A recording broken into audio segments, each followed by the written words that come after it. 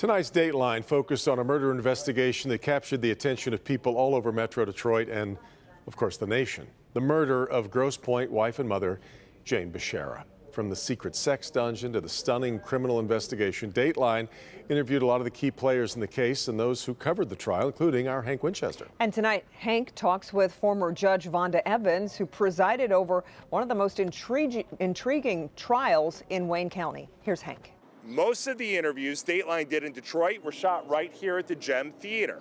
Former detectives, reporters, and a judge providing insight into this high-profile case. Her husband's secret life, his mistress, secret sex dungeon, and the handyman he hired to kill his wife, Jane, all exposed. Former Judge Vonda Evans presided over the often outrageous trial. Sex, lies, betrayal, and death. That's something that we will always be interested in as a society, unfortunately. And that trial had all the components: sex, lies, betrayal, and death. During the trial, we heard from sex slaves of Bashara. We learned about his motive for murder, his mistress. But it was the testimony from his own son and daughter that left the courtroom in tears. Real sad part was when the children testified. Half of their DNA was Bob. And I saw his son. He didn't want to look at him, but I saw him peering over to look at his dad. That was their father. And one of the more memorable moments during the trial, it involved a comment made by the judge herself. Wow, Mr. Bashara, you looking good today. It was like you say something and I couldn't stop it from coming out.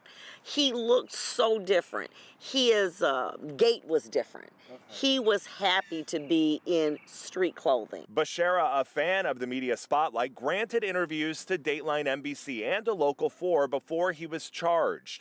Had nothing to do with it. Those interviews played in court, and they may have sealed his fate. That was the nail that closed that coffin for Bob. When I ultimately was able to discuss this with the jurors, they said, out of his own mouth. I said, had he not done those interviews, do you think it would have been more challenging to render a verdict? They were like, absolutely. I recently spoke with some of Jane's family members. They're obviously still devastated by what happened, but they're working to prevent this from happening again. They've teamed up with Turning Point, a local organization committed to ending domestic violence. And if you'd like to make a donation in Jane's honor, I've put all the information for you on clickondetroit.com. I'm Hank Winchester. Back to you. All right, Hank, and we've also got an extensive timeline of the Jane Bashara murder case at clickondetroit.com.